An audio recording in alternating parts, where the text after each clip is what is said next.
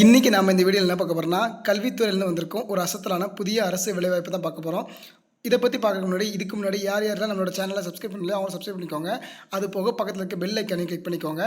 இதுக்கான எஜுகேஷன் குவாலிஃபிகேஷனை பொறுத்த வரைக்கும் 12th டிப்ளமோ டிகிரி பின்னு எது படிச்சு தான் ஜாப் எலிஜிபிள் தான். சேலரியை பொறுத்த வரைக்கும் ஸ்டார்டிங்கில் 19,900 தான் ஸ்டார்ட் ஆகுது. அது போக எக்ஸ்ட்ரா அலவன்சஸ் உண்டு. என்ன கேட்டகரி எடுக்காங்கன்னா அசிஸ்டன்ட் கேட்டகரி எடுக்காங்க. இது பெர்மனன்ட் கவர்மெண்ட் ஜாப் தான். எல்லா விமன்ஸுக்கு எந்த ஒரு எக்ஸாம் ஃபீஸும் கிடையாது, ஃப்ரீ தான். இதுக்கு அப்ளை பண்ணுறதுக்கான கடைசி டேட் என்றைக்குன்னா ஜனவரி மாதம் 31ஆம் அப்ளை பண்ணுற மாதிரி இருக்கும். அதுவும் ஆன்லைனில் அப்ளை பண்ணுற மாதிரி இருக்கும். சரி வாங்க இந்த ஜாப்க்கு எப்படி அப்ளை பண்ணுறது, என்னென்ன போஸ்ட்டுக்கு ஆர்டர் ரெக்கமெண்ட் பண்ணுறாங்க, அதுக்கான எஜுகேஷன் குவாலிஃபிகேஷன் என்ன எல்லாத்தையும் டீட்டெயிலாக பார்க்கலாம்.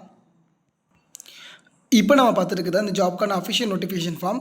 இந்த நோட்டிஃபிகேஷன் எங்கேருந்து வந்திருக்குன்னா central board of secondary education வந்திருக்கு, அதாவது சிபிஎஸ்சிலேருந்து வந்திருக்குது. இதில் மொத்தம் 2 விதமான போஸ்ட்டுக்கு ஆர்டர் ரெக்கமெண்ட் பண்ணுறாங்க. ஃபஸ்ட்டு சூப்பர்டெண்டன்ட், அதுக்கப்புறம் ஜூனியர் அசிஸ்டண்ட். இந்த 2 வேகன்சி எடுக்காங்க. சூப்பர்டெண்டன்ட் பொறுத்த வரைக்கும் மேக்ஸிமம் 30 வயசு வரைக்கும் இருக்கவங்க அப்ளை பண்ணலாம். ஜூனியர் அசிஸ்டன்ட்க்கு மேக்ஸிமம் 27 வயசு வரைக்கும் அப்ளை பண்ணலாம். பிளேஸ் ஆஃப் போஸ்டிங்கை பொறுத்த வரைக்கும் சிபிஎஸ்சி ஸ்கூல் எங்கெல்லாம் இருக்கோ அங்கெல்லாம் இருக்க வாய்ப்பு இருக்குது.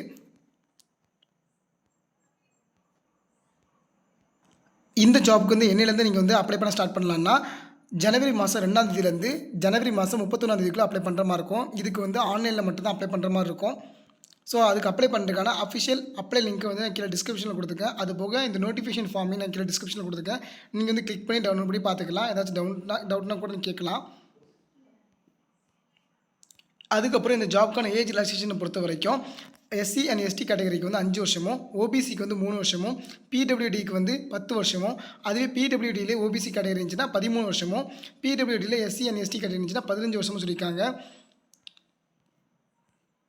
இதுக்கான எஜுகேஷன் குவாலிஃபிகேஷனை பொறுத்த வரைக்கும் சூப்பர்டெண்டன்ட் பொறுத்த வரைக்கும் நமக்கு ஏதாச்சும் ஒரு பேச்சுலர்ஸ் டிகிரி முடிச்சிருந்தாலே போதும். அது போக உங்களுக்கு கம்ப்யூட்டர் நாலேஜ், அதாவது லைக் உங்களுக்கு விண்டோஸ், அதுக்கப்புறம் எம்எஸ் ஆஃபீஸ்லேருந்து ஏதாச்சும் உங்களுக்கு தெரிஞ்சிருந்துச்சுன்னா போதும். மேக்ஸிமம் ஏஜ் லிமிட் 30 வயசுக்குள்ள இருக்கவங்க அப்ளை பண்ணலாம். இதுக்கு எந்த மெத்தடில் ஆட்டோ ரெக்கமெண்ட் பண்ணுறாங்கன்னா ஃபஸ்ட்டு எம்சிக்யூ வைக்கிறாங்க, ஸ்க்ரீனிங் டெஸ்ட் மாதிரி. அதுக்கப்புறம் ஓஎம்ஆரில் அப்ஜெக்டிவ் டைப்பில் ஒரு இதுவும் டிஸ்கிரிப்டிவ் டைப்பில் ஒரு மெயின் எக்ஸாமும் வைக்கிறாங்க. அதுக்கப்புறம் சூப்பர்டென்ட்டுக்கே உங்களுக்கு டைப்பிங் தெரிஞ்சுக்கணும். 35 வேர்ட் பெர் மினிட் நீங்கள் இங்கிலீஷில் டைப் பண்ணுற மாதிரியும், அப்படி இல்லை ஹிந்தினா 30 வேர்ட் பெர் மினிட் ஹிந்தியில் டைப் பண்ணுற மாதிரி தெரியணும். அதுக்கப்புறம் ஜூனியர் அசிஸ்டண்ட்டை பொறுத்த வரைக்கும் நீங்கள் மினிமம் 12th படிச்சா இதுக்கு எலிஜிபிள் தான். இதுக்கும் டைப்பிங் எக்ஸாம் இருக்குது. 35 வேர்ட் பெர் மினிட் இங்கிலீஷுக்கும், ஹிந்தியை பொறுத்த வரைக்கும் 30 வேர்ட் பெர் மினிட்டும் கொடுத்துருக்காங்க. இதுக்கு எப்படி ஆட்டோ ரெக்கமெண்ட் பண்ணுறாங்கன்னா இதுக்கு எம்சிக்யூ மட்டும்தான் வைக்கிறாங்க. அது போக டைப்பிங் டெஸ்ட் உண்டு.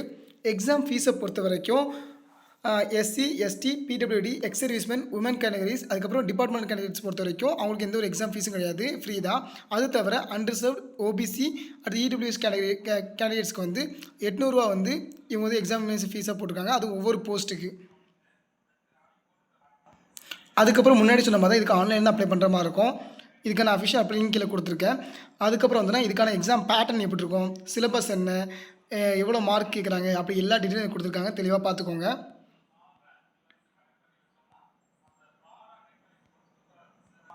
அதுக்கப்புறம் எக்ஸாம் சென்டர்ஸும் இதில் கொடுத்துருக்காங்க. தமிழ்நாடை பொறுத்த வரைக்கும் எக்ஸாம் சென்டர் சென்னையில் மட்டும்தான் இருக்குது. ஸோ சென்னையில் மட்டும்தான் நமக்கு எக்ஸாம் எழுதுகிற மாதிரி இருக்கும். அது போக நிறைய டீட்டெயில்ஸ்லாம் இதில் கொடுத்துருக்காங்க. சில கண்டிஷன்ஸ் அந்த மாதிரி எல்லாமே கொடுத்துருக்காங்க. எல்லாத்தையும் டீட்டெயிலாக பார்த்துக்கோங்க. பார்த்துட்டு அப்ளை பண்ணுங்கள். ஏதாச்சும் டவுட்னா கீழே கமெண்ட் செக்ஷனில் கேளுங்க. தேங்க்யூ.